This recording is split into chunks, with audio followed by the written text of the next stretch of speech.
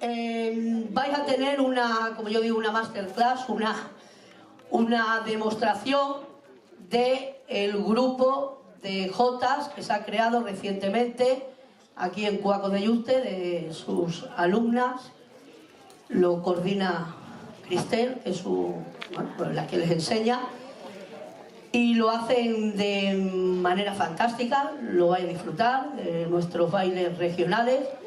Pues bueno, vais a pasar un buen rato. Ahora Cristel también profundizará un poco en lo que yo os estoy explicando, pero sobre todo pues animar a la gente del pueblo que desee formar parte de este grupo, a ver si conseguimos crear un auténtico grupo de coros y danzas. Suena un poco antiguo eso, de coros y danzas.